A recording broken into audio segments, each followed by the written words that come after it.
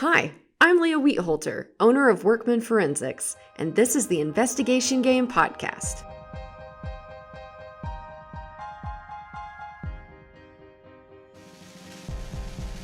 Welcome to the Investigation Game Podcast.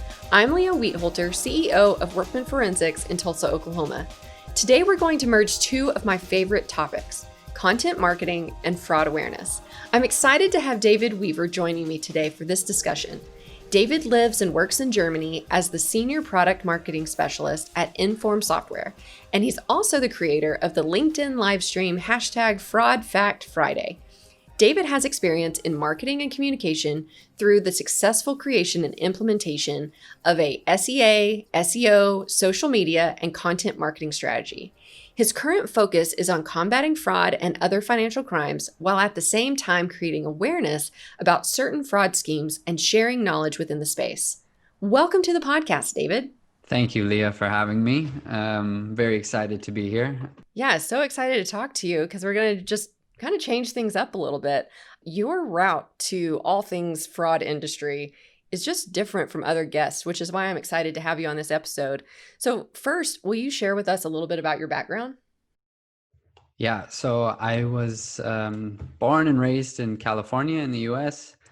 I studied at San Jose State University, and I was actually initially a criminal justice major. I always found the idea of stopping people from doing bad things compelling, preventing crimes and things like that, but that route actually didn't work out for me. Found out that I wouldn't be able to do a lot of the field work I was looking forward to due to some vision issues.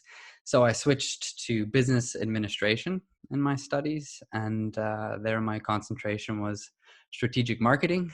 While many people might not know about me, my first career was in the landscape industry. I worked at a garden center. I helped people design their yards, starting at 16, even working through college. So I know a lot about plants, which helps me zero in the fraud space. But it's an interesting little point. But in 2009, I moved to Germany. Well, my wife is German, and I always wanted my master's degree, and I also made it my goal to speak fluently the native language of my wife. So, yeah, we headed to Germany, and I did learn German, and that was quite a challenge. But and I did get my master's degree in international business management with marketing and change management concentrations. And in 2011, I got my first job in Germany at Inform Software, and they're experts in hybrid digital decision making and providing fraud prevention and AML compliance solutions globally. And they're active in many other industries as well. And my start was in the supply chain industry, which is also quite an exciting industry, I have to say. But I always knew about the fraud fighters in the other business unit at Inform, and I always had my eye on what they were doing. And after a short break from Inform, I came back to work with the colleagues over in the risk and fraud division in 2019. So that's kind of my professional. You can almost call me a newbie, I guess, to the fraud world. Going on a year and a half now, but it was always kind of in the back of my head. Yeah, wow. That is an interesting route to get here. So I do wish that I had paid more attention to my grandma's tips about landscaping and so forth. So I just feel like that's an amazing life skill that you have. I wish I had paid more attention when I was younger because I need my yard worked on. But in your current role now, what do you do for this fraud and risk group within your company? So I am involved in product marketing, and that is my main focus. So also content marketing, which we're going to get a lot into, and finding creative ways to get kind of the message across regarding fraud. Awesome. So, what is it about fraud that caught your attention and caused you to jump in to learn more and then to create the content that you now share? So I think it's this interest I mentioned previously, the reason I wanted to study criminal justice. catching people doing bad things, preventing people from doing bad things. I'll never forget the time my mom had her ATM card skimmed, data stolen.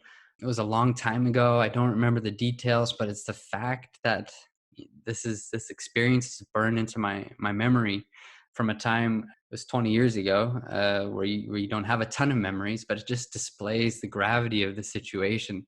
Being a fraud victim can be traumatic and have lasting impact, lasting effects, usually does. It's a big process to come out of. And that's why I think it's important to fight against all types of fraud. Even back before I was working for the risk and fraud department at Inform, I crossed paths with Michael Skiba, known in the industry as Dr. Fraud, was also a guest on one of my podcasts. I helped the then marketing team do a video series with him, and the topics he covered were just really interesting to me, and it motivated me to learn more. And I read his book on the psychology of fraud, and my wife's a psychologist, so that had also been a topic of interest for me. And I wrote my master's thesis in the field of behavioral economics. So adding this psychological and behavioral aspect to the whole fraud theme really piqued my interest. And coming back now, after coming back to the risk and fraud department, all this led me to begin thinking about ways to get the message out about trending fraud schemes to help people avoid becoming victims of fraud. Because in this space, knowledge is power. We need to get the word out to help protect people. And there are systems out there that work 24/7 to identify fraud 7 days a week online, trying to prevent fraud. Elder fraud, for example. I get really frustrated when this topic of elder fraud comes up. I always think of my great grandma. She lived to be 101, and just the sweetest, most caring person, just from a different generation, a trusting generation, believing the best in each individual.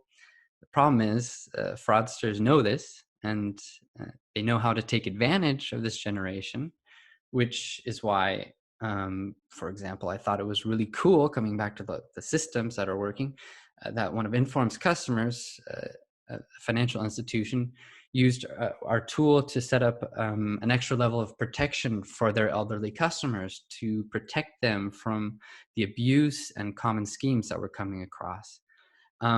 But these systems, institutions that we kind of rely on, again, back to the case of my mom, back 20 years ago, the bank did call and notify her about some odd transactions.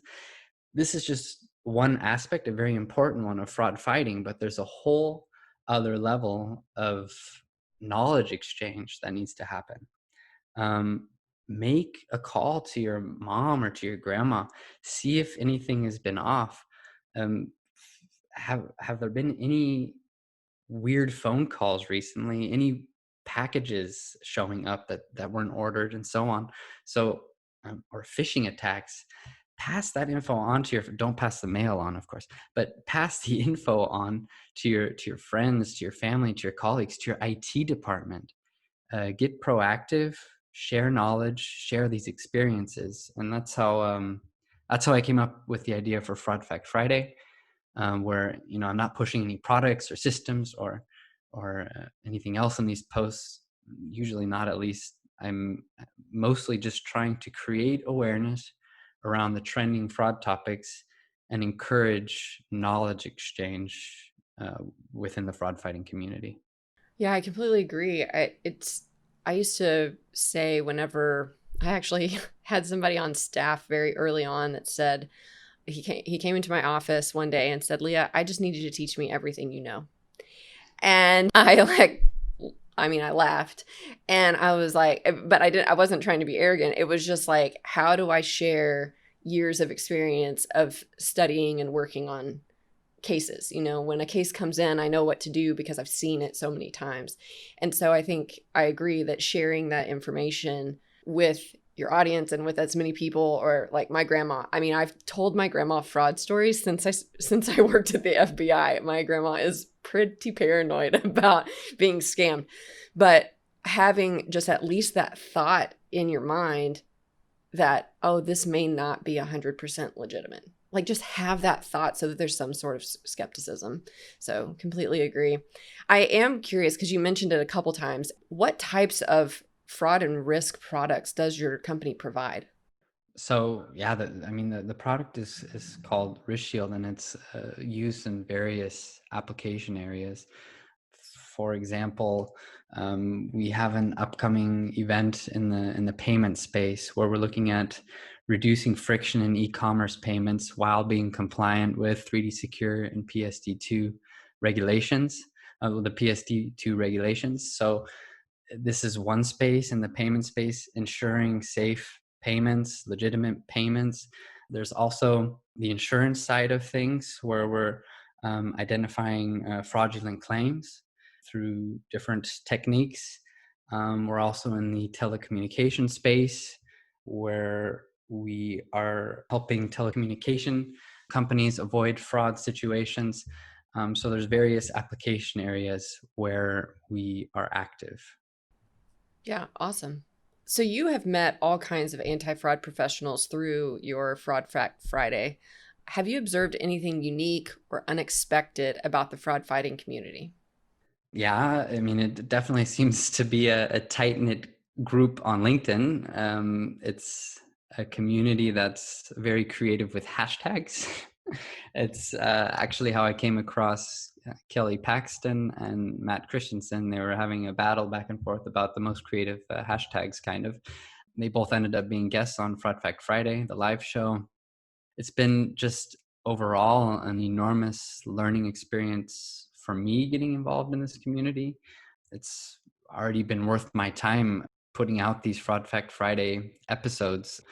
I just mentioned my absolute disdain for elder fraud, but then I had Christina Faisella on the show, for example, who opened my eyes to a whole new world of rebel grandparents, the hardcore fraudsters amongst the older generations, so-called gray collar crime. Big surprise to me, big eye opener. Some of the details in that interview, and then just the whole aspect of that fraudster being the person next to you at church or the colleague that everyone at work loves. This whole pink collar crime messaging from Kelly really shifted my perspective on what defines a fraudster, what that fraudster looks like. And then there's this whole, I had a few episodes on cybersecurity that I did with Gabriel Friedlander, Matt Christensen, Thomas O'Malley. This is an amazing trio for cybersecurity awareness. Their insights are great. And for me personally, it was just, and my personally identifiable information, what I took away from these, it's so important to keep that stuff safe. These are episodes that help people understand how to do that. Our episode, of course, was great, where we focused on things like payroll fraud and forensic accounting. Seems to be a whole subgroup on LinkedIn focusing on that area. And I had a couple of episodes on artificial intelligence, which just shows the stark contrast to the importance of human involvement in investigations that we stress a lot. And this has just reinforced my belief that the world of fraud and fraud prevention is going to be moving even further into this hybrid approach to preventing and detecting fraud.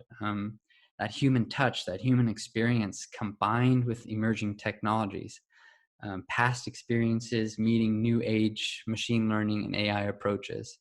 This is, again, another interesting topic was my interview with Mark Anderson on the topic of conducting successful interviews, where we had this, again, this positioning of old techniques and new technology. How is today's tech influencing this process of interviewing? It's there, it's being used. Now we're faced with new challenges of just mostly digital interviews. But there's still this missing factor of the human touch then, which plays a role. And yeah, one thing I have to say that has been stressed through nearly all of my interviews and contact with the community is the importance of training and staying up to date with the latest industry developments. how that's key to this cat and mouse game that's being played. But yeah, in any event, it's definitely an exciting world that we're involved in.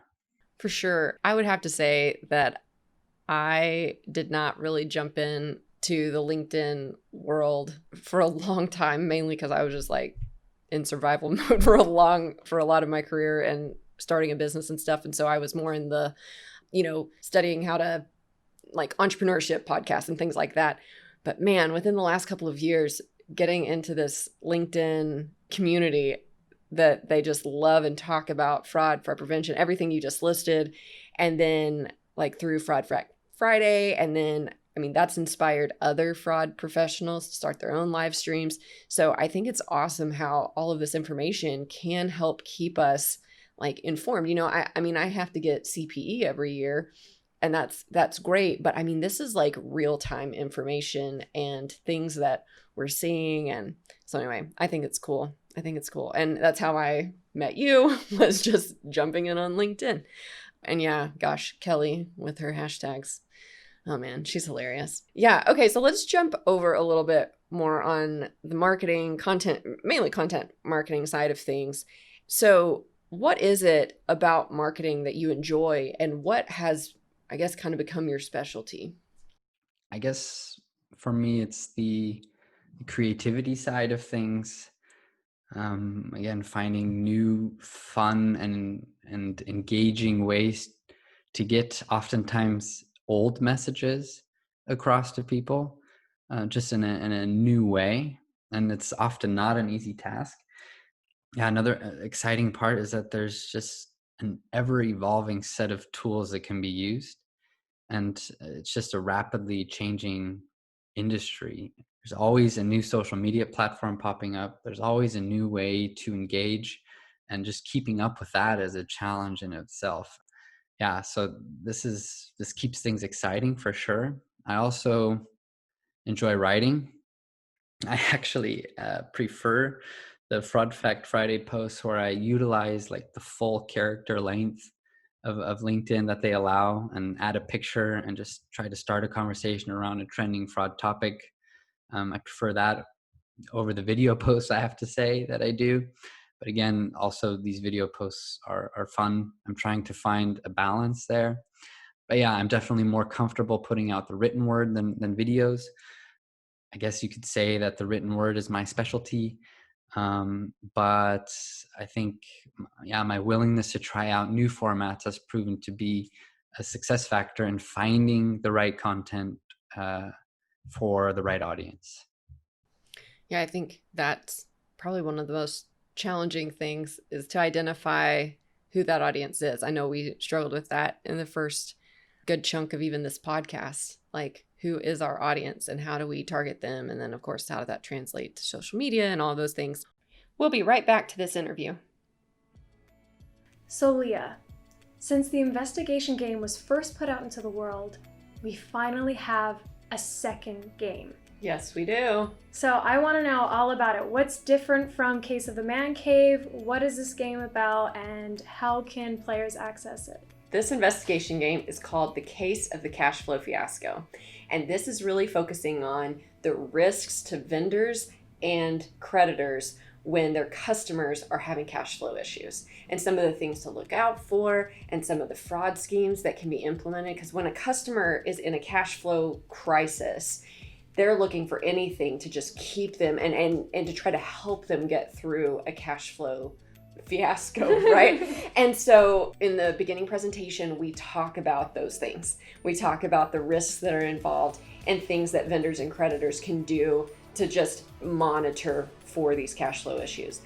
Then you have 30 minutes to play the actual game. And what's cool about this game is that this one was actually made to play virtually. So you can play as an individual, you can play as a group, you can play with your chapter, but it's 100% digital, online. It was made for that, not just adapted for online because COVID happened. So I'm really excited. This one I also think has more of an escape room type feel. And you have the 30 minutes to put together how much was stolen, how did they do it, what existed, what didn't exist. There's a lot of really fun things. And what I love, and what you have been busting to make over the last few weeks, are just all of these super creative elements of videos and I don't want to spoil it and give it away, but like there's just so many cool elements that you and Rachel have put together in this game. And then of course at the end we'll do another 10-minute presentation of the solution, and we'll be able to tell people which players playing scored the highest points, and we'll have a leaderboard and like all this stuff. So really excited for the case of the cash flow fiasco. And this one is a 50-minute training, so you don't have to carve out 2 hours of your day. You can just play this for 50 minutes and get your CPE. And right now, we will be taking pre-sales and scheduling people to play this game through the end of October, and then we'll just have it on our website, and you can go out and sign up and play it on our website, but it's a lot of fun. Cool. Well, I'm excited for it. Me too. You don't want to miss out, believe me. No, hopefully you guys are excited for it too. To learn more about the case of the cash flow fiasco, go to theinvestigationgame.com. Welcome back to the podcast. Where do you see content marketing going, and what are some strategies that might have worked in the past, but maybe they're just not working as well now and maybe should be abandoned altogether?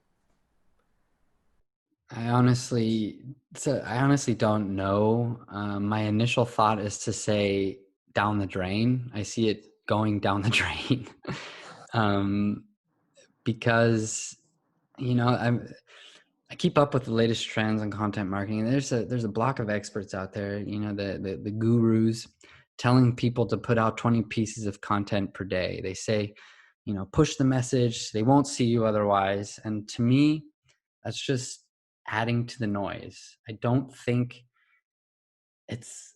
anyone realistically can put out 20 pieces of content per day that is helpful to their particular target audience. I'm more of a quality over quantity person, with the core rule of being helpful. You need to be helpful. There's an enormous amount of content out there, even in our space. And this is why it's required of us to be original, to bring something useful to the conversation.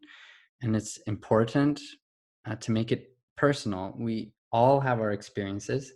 So tie those experiences into a piece of content that will help other professionals in this space be successful.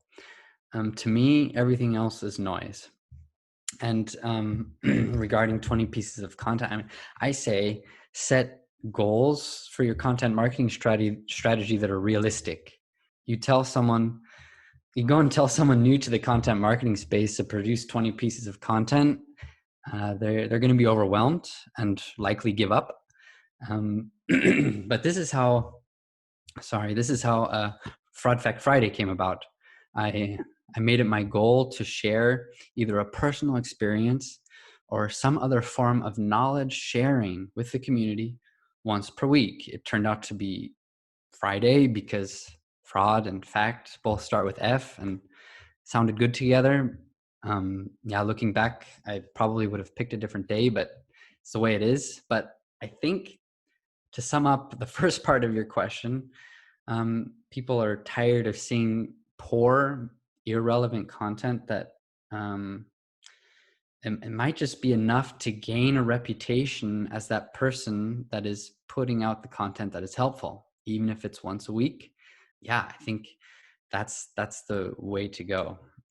As far as things in the past that might not be working now, I don't know. I think I see on LinkedIn, other platforms, I see these articles, and I don't want to insult anyone or anything. I see these articles. Is blogging dead? Is video dead? Is podcasting dead? I don't like these posts because the answer is always no. It's just like an attention grabbing headline. And that's a big thing I push is content marketing is way more than a headline. I think people focus way too much on headlines. To have someone click and then be just thoroughly disappointed by the content that's in the article. I think more effort needs to be put into the articles themselves that are then helpful. But anyways, it's these types of posts that I don't like and I wouldn't write. The dead posts are dead. Another thing that I think doesn't really work that well is to only communicate with people as a logo. I think having a company showcase page, website, these are all important aspects. But if you don't make your brand personal, if you don't show the people behind that brand, if you don't show the experience they have, you're not going to have a successful brand and content strategy. So you need to throw out the logos that are shouting at people about how great their product is. Those messages need to go out the window, and the brand needs to be given a personality through the workers, displaying the workers that make that brand great. And another thing that should probably be thrown out the window, also unpopular opinion probably, are the scripted messages, these automation things. I see a ton of it on social media. It's essentially logos speaking through the puppet employees, and it's not authentic. And I believe it is truly these personal experiences and this knowledge that is shared that proves to be most successful, not a regurgitated standard message. And direct LinkedIn messages, paid sponsored direct LinkedIn messages, throw that out the window too. Wouldn't do it. I've never read one.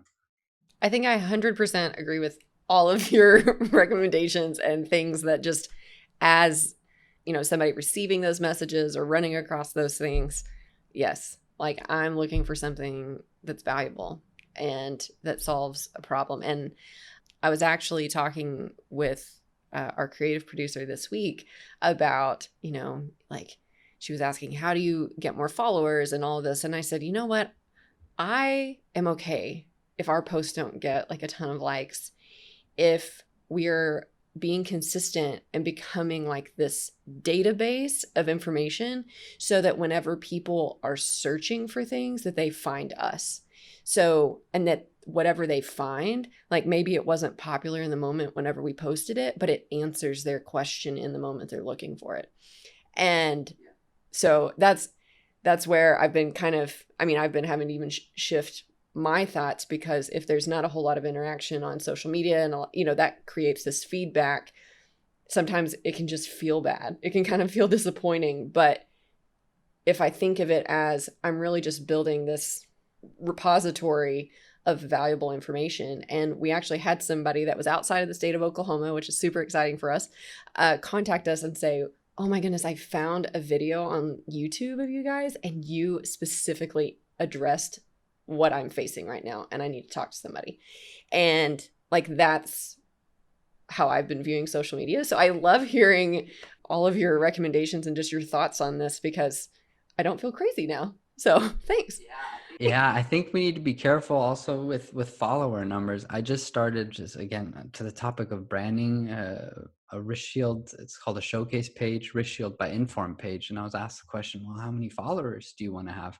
And for me, I don't care. I think if I have 50 engaged followers, it's better than 1,000 followers that don't care what we're posting. So we need to be careful with follower numbers and not to get down about those. And that we do need to look for engagements and use those as indications for future content. But like you said, it could be in the moment, it might have missed the audience. But that's why it needs to be a focus on evergreen content that we can share again, perhaps with a different question, perhaps in a different scope, in a different framework, but then repurpose it at a later date. Just additional thoughts on that. Yeah, and that kind of leads me to a personal question that I had for you on this for this episode, is just as we're posting social media posts, and you've kind of mentioned some about starting conversations. So is starting a conversation as a social media post a good strategy for professionals or corporate brands? Do you think people enjoy interacting with those things? Are the followers wanting to participate in this way? Just your thoughts on that. It depends. You will probably experience not having answers for a while, which shouldn't keep you from sharing these conversation starters in the future.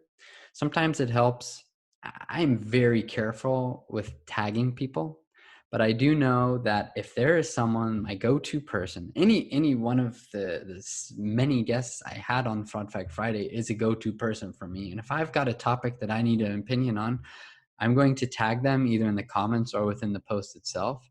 And a lot of times that's an excellent way to get the conversation started, because then their network sees that they've engaged with this conversation, and not everyone is of the same opinion, and they'll want to jump in and add their part.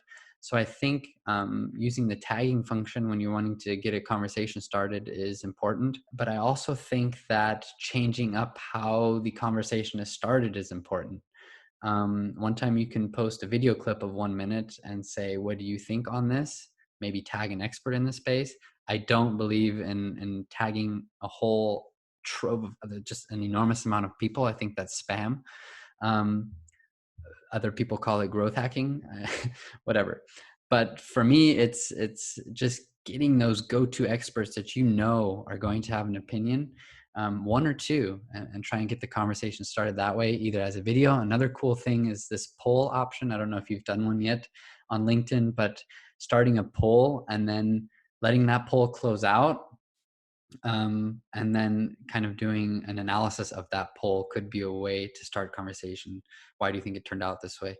So changing up how you're posing the questions to start the conversation, tagging people, could be good ways to create that conversation. Perfect. Thanks. Since Alicia is going to be editing this video, then she can hear these ideas as well, and maybe we'll get some good conversations started. I do agree that the whole, I don't even think it had occurred to me to tag a whole bunch of people, but you're right. I mean, we've had so many guests on this podcast, and a lot of them are on LinkedIn and very active on LinkedIn. And so I'm sure that if they were just tagged, social media, just the way that I think and data and all of that, I don't like playing the odds of social media. Like how many people are going to see my post at a certain time, and the time changed, and then the algorithm, just all of that just seems so exhausting. So the idea of tagging people that we have relationships with to start that conversation makes a lot of sense. So thank you. That's a tip I needed. When it comes to timing and everything, I got a lot of critique for doing it. In Germany, my posts come out on a Friday afternoon. But just the fact that people were talking about that proved that, okay, maybe it's not such a bad idea to post something Friday afternoon. It's Friday morning in the US. I think consistency is key.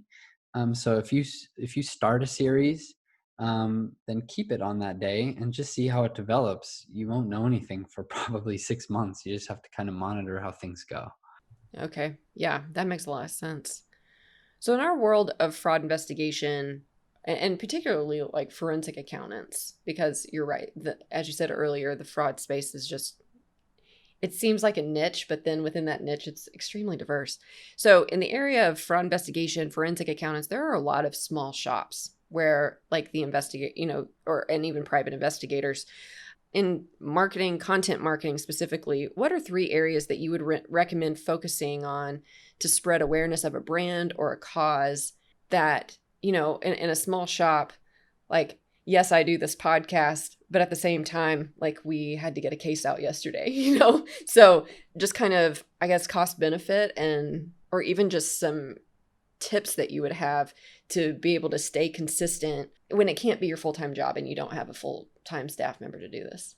Yeah, I guess the first thing I would say is that you need to be where your audience is, and one spot that is guaranteed to be, it's one of the many apps that we have on our phones. It's figuring out which one that is. I think LinkedIn truly is the place to be with the fraud fighting community.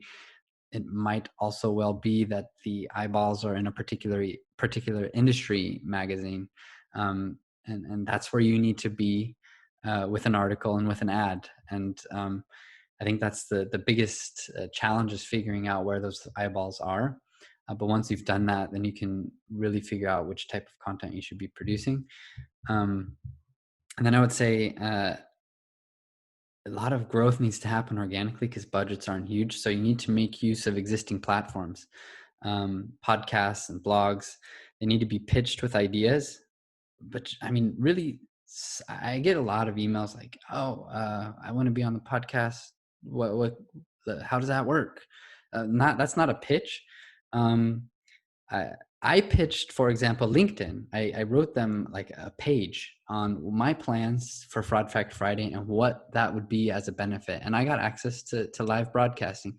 It needs to be a solid pitch to existing platforms, especially ones with a good audience, where your target audience is, and share with them the knowledge that you want to share with the community and get on those platforms.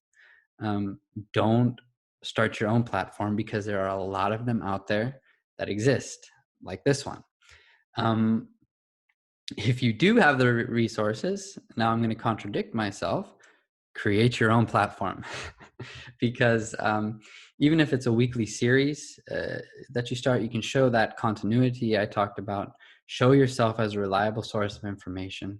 And again, if you do have a budget, I think I'm probably on the fourth tip.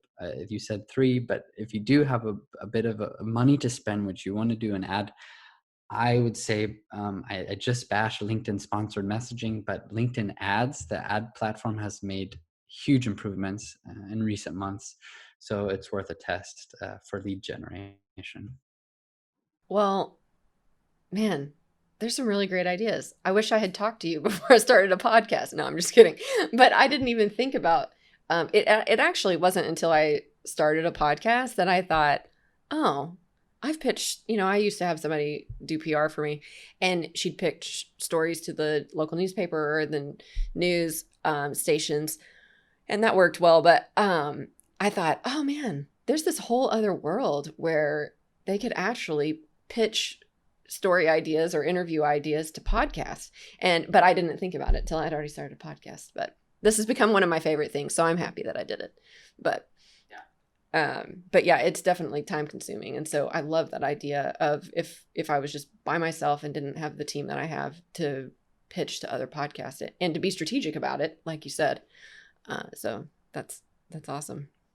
Well, David, this has been a really fun conversation for me. I think it is awesome how you're like getting to use what you enjoy, and even just the connection to the criminal justice that you were interested in before. I just think this is just a cool spot for you, and I'm excited for you and what you're doing and what you're producing. And so if our listeners want to connect with you, where are some of the best places to do that?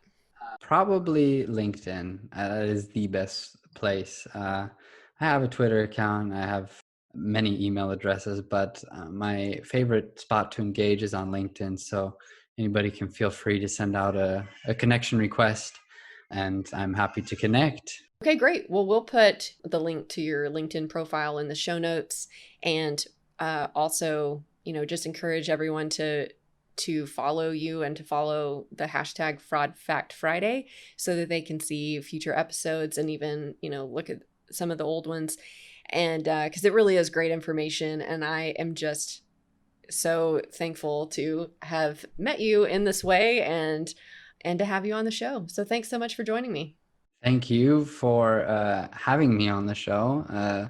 Definitely an honor of mine looking at your guest list, and I am very hopeful that this was helpful, something I stressed throughout the whole interview, to your community. And this is my first podcast interview, so thanks for giving me the opportunity as a guest. I've hosted many, but first as a guest, so thanks for giving me that opportunity. I appreciate it. Absolutely. The Investigation Game podcast is a production of Workman Forensics.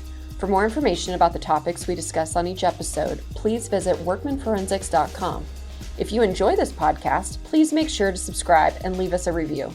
You can also connect with us on any of the social media platforms by searching Workman Forensics. If you have any questions, comments, or topic ideas for the podcast, please email us at podcast@workmanforensics.com.